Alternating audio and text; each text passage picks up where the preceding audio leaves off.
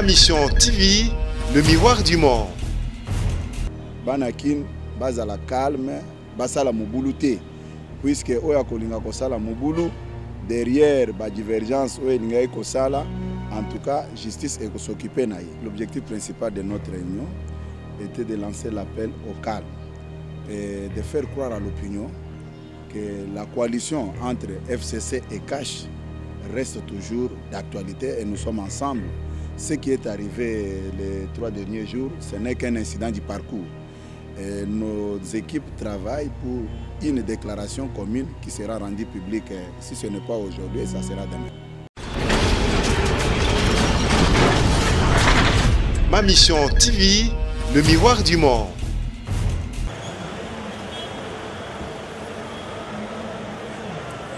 Mbote na balandi nyonso ya Ma Mission TV, topesi bino merci koyeba ke bozalaka ebele pona kolanda biso de partout, surtout que Ma Mission TV tobisaka bino tozali liso na bino esika information ezali litoi na bino pona nini te makolo na bino kokita en temps réel pe koyela bino information nini toyeli bino lelo toye lelo pona kolakisa bino to pe ko informer bino CASH FCC balobi bakoka bona soko mokete esika badongolo miso bazali bongo kotelema pona kozela bokabwani ya CASH FCC ata mokolo moko te na nzela ya ndeko Augustin Kabuya bino nyonso bokolanda. Mais entre temps toza kosignale bino ke basangana kibongo na ngambo ya hôtel de ville esika tope liboso ya gouverneur de la ville o biso nyonso toyebi na kombo ya Gentini Ngobila vandaki bongo bango bato ya CASH tope bato ya FCC pona komeka kosolola lisolo kitoko pona kobungisa o ezali bongo mabendani o eutaki koleka epesaki bongo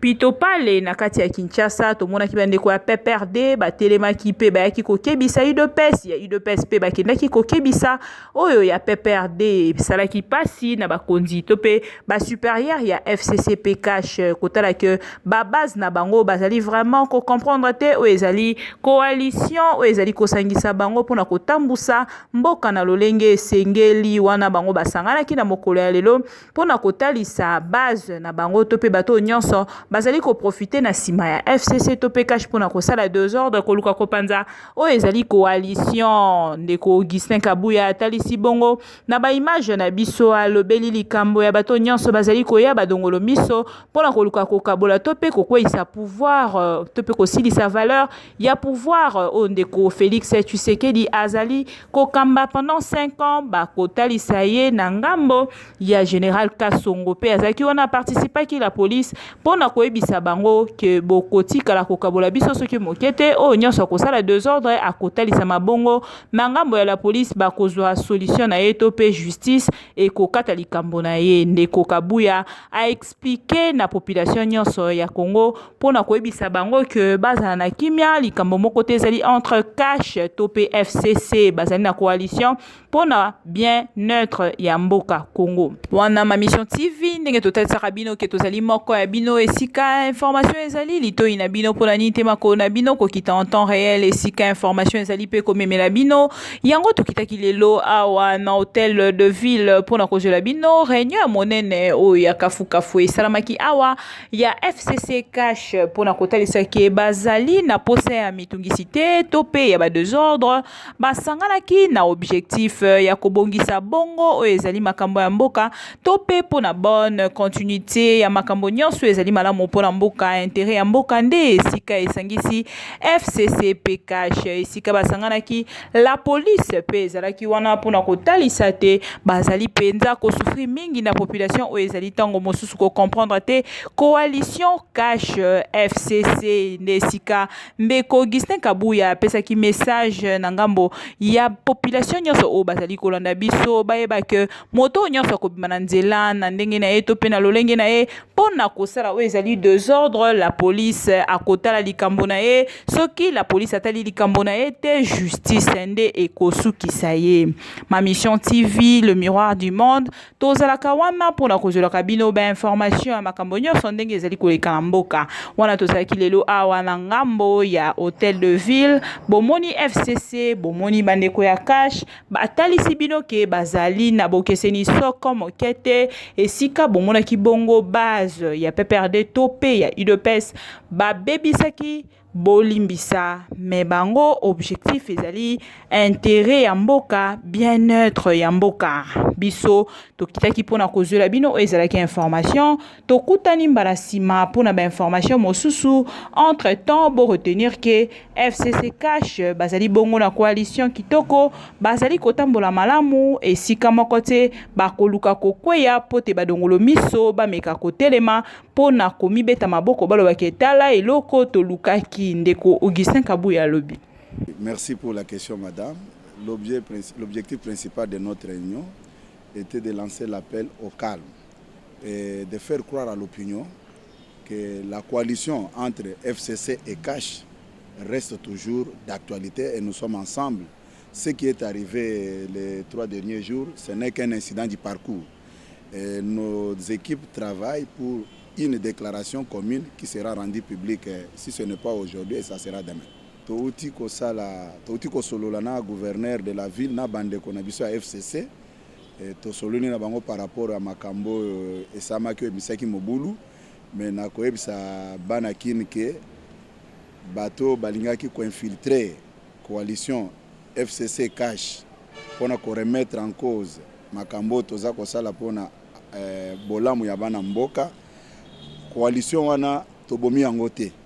Naza ko rassurer bino ke coalition wana ekufi te, eza nango lobi soit na poko lelo communiquer ekobima o ekozala signé na niveau na biso ya ba plateforme mibale wana. Mais banakin bazala calme, basala mobulu te, puisque oya kolinga kosala mobulu derrière ba divergence o elinga ekosala, en tout cas justice ekosoccuper na ye. Réunion FCC Cash esangisaki bongo gouverneur de la ville ya Kinshasa bozali na koyeba bino nyonso désordre wana esalamaki kaka na Kinshasa te, esalamaki pe na Lubumbashi, mais initiative ya kosangisa FCC Cash esalami bongo na Kinshasa. Bourgmestre ya commune Limete ye pe asufraki mingi na problème wana et c'est passaki pendant 2 jours. Bandeko pe o bazaki ba victime ba parti topé ba siège na bango ezalaki bongo saccagé lokola ndeko Pius Mwabilu o binonyo soboyebi ya FCC topé ARC bazalaki wana ba participaki ndeko général Kasongo Silvano o binonyo so pe boyebi azalaki wana pona ko représenter bongo la police et sali bongo. Ndeko Augustin Kabuya a annoncé message ya monene pona koyebisa moto nyonso akotelema na nzela pote asala désordre, justice et ko s'en charger na ye na nzela ya la police. Merci. Tokutani mbala sima. Merci pour la question, madame. L'objectif principal de notre réunion était de lancer l'appel au calme et de faire croire à l'opinion que la coalition entre FCC et Cash reste toujours d'actualité et nous sommes ensemble. Ce qui est arrivé les 3 derniers jours, ce n'est qu'un incident du parcours. Et nos équipes travaillent pour une déclaration commune qui sera rendue publique, si ce n'est pas aujourd'hui, et ça sera demain. Touti ko solola na gouverneur de la ville na bande ko na biso FCC to soloni na bango par rapport à makambo esamaki ebisaki mobulu, mais na ko ebisa bana kin ke bato balingaki ko infiltrer coalition FCC Cash pona ko remettre en cause makambo toza ko sala pona bolamu ya bana mboka. Coalition wana tobomi yango te. Naza ko rassurer bino ke coalition wana ekufi te, eza nango lobi soit na poko lelo communiquer ekobima o ekozala signé na niveau na biso ya ba plateforme mibale wana. Mais banakin bazala calme, basala mobulu te, puisque oya kolinga kosala mobulu derrière ba divergence o elinga ekosala, en tout cas justice ekosoccuper na ye. Réunion FCC Cash esangisaki bongo gouverneur de la ville ya Kinshasa bozali na koyeba bino nyonso désordre wana esalamaki kaka na Kinshasa te, esalamaki pe na Lubumbashi, mais initiative ya kosangisa FCC Cash esalami bongo na Kinshasa.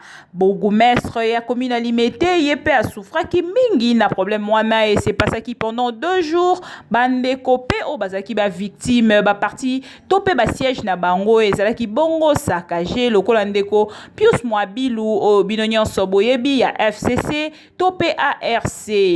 Bazalaki wana baparticipaki ndeko Général Kasongo Silvano o bino nyonso pe boyebi azalaki wana pona ko représenter bongo la police et sali bongo ndeko Augustin Kabuya a annoncé message ya monene pona koyebisa moto nyonso akotelema na nzela pote asala désordre justice et ko s'en charger na ye na nzela ya la police. Merci.